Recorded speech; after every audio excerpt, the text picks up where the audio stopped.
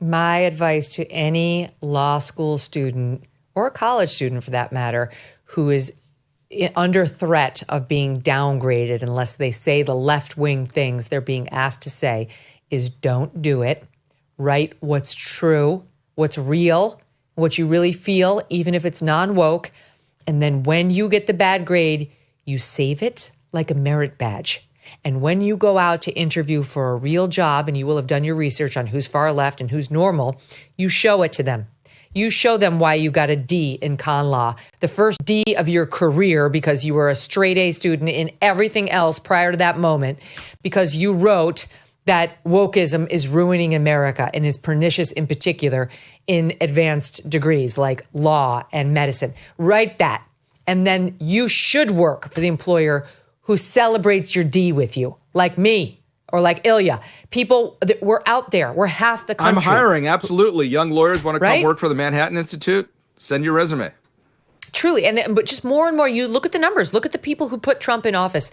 They've rejected this wholesale. You're not alone. You just have to find the right employer and get through these far left institutions who try to ruin you and make you say what they want you to say, make you feel what they want you to feel before you can have access to the employers who feel very differently. Here's what Peter Thiel said on the Honestly podcast in November about these far left universities. Kind of interesting. Listen here, 40. They are no longer good places to learn how to defend liberalism. Maybe they're good places for training conservatives. You know, if you go to Yale Law School and if you're one of, 5 people in the class of 170 who's still conservative at the end, you'll be pretty good at understanding what's wrong with liberalism. You'll have thought about it a lot, and you'll be a more thoughtful person. And so it will actually train you well to be a conservative. And we're right to value the small number of conservatives who come out of that gauntlet as quite talented people. How about that, Ilya? It's like going from sea level up to the Rockies to do your aerobic training. Then you come back down to fight the fights at sea level. Conservatives and libertarians get great training. They are exposed to lots of ideas. They know how to see every different argument. And this is one of the ironies. These law schools are doing a disservice to their progressive students by not teaching them what the argument is from the other side. And then they go into federal court and they don't know what to do. They don't know how to argue. They're looking for their cry judge. rooms. Yeah, right. Sidebar, Your Honor. I need to cry for a moment. Yeah. The judge would be like, I'll make you cry. Great. You want to cry? No problem. You came to the right place. Like, as somebody who's gotten screamed at by more than her share, it's like, that's life. That's law. They're graduating students who aren't qualified to do much of anything other than to be HR officials or DEI deans or what have you. It's, I hope that some institutions seize on the market opportunity that's created. And I think some are. For example, University of Chicago, University of Virginia are generally better, their law schools, on these metrics than Yale and Stanford, for example.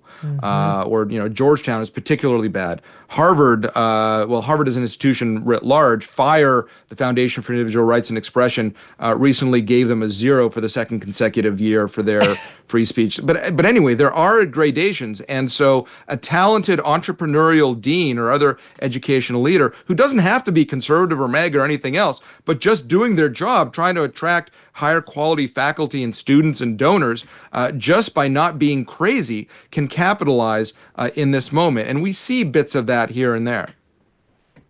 Again, the book is called Lawless, The Miseducation of America's Elites by Ilya Shapiro. I got to ask you this, Ilya. So there's a couple of things in the news that I'm going to take advantage of your expertise to talk about. It just came out that the Jack Smith report, even though Jack Smith has now officially resigned his position as special prosecutor, is going to come out about Trump. That even Judge Aileen Cannon down there in Florida has cleared the way for a piece of it to come out. Trump thinks this is nonsense. He's like, the guy was never properly appointed. The court ruled that. Judge Aileen Cannon ruled that. So why should people have access to this? Do you think that makes any sense? Judge Cannon generally had a thoughtful approach to the litigation. So if she sees that it's justified to release parts of it, I haven't studied the legal issues as closely as she has. I'm sure she has some reason to do so. But more broadly, I do hope that the incoming administration, the Justice Department, looks at all the lawfare that has been thrown at President Trump and anyone who supported him and investigates the causes of that. That doesn't mean doing exactly the same thing at the other side, but it does mean looking at whether members of the deep state have violated their oaths of office in leaking things or working counterproductively to orders that they've received, things like that. Because we have a clear breakdown, an institutional breakdown that has led to the public eventually not trusting any institutions writ large, which is not good for the country. So whether it's with the Jack Smith investigation or anything else, I hope there is a dedicated office in the Justice Department that looks at this use of lawfare. My hope is that we get our hands on the Jack Smith internal memos, but my belief is that they've all been burned. There will be no record of them when Team Trump takes over. Some therapists say that debt can make people feel desperate and helpless. I mean, we don't need a therapist to tell us that. That's obviously true. It can ruin your sleep. It can creep into your relationships. It can wreck your happiness.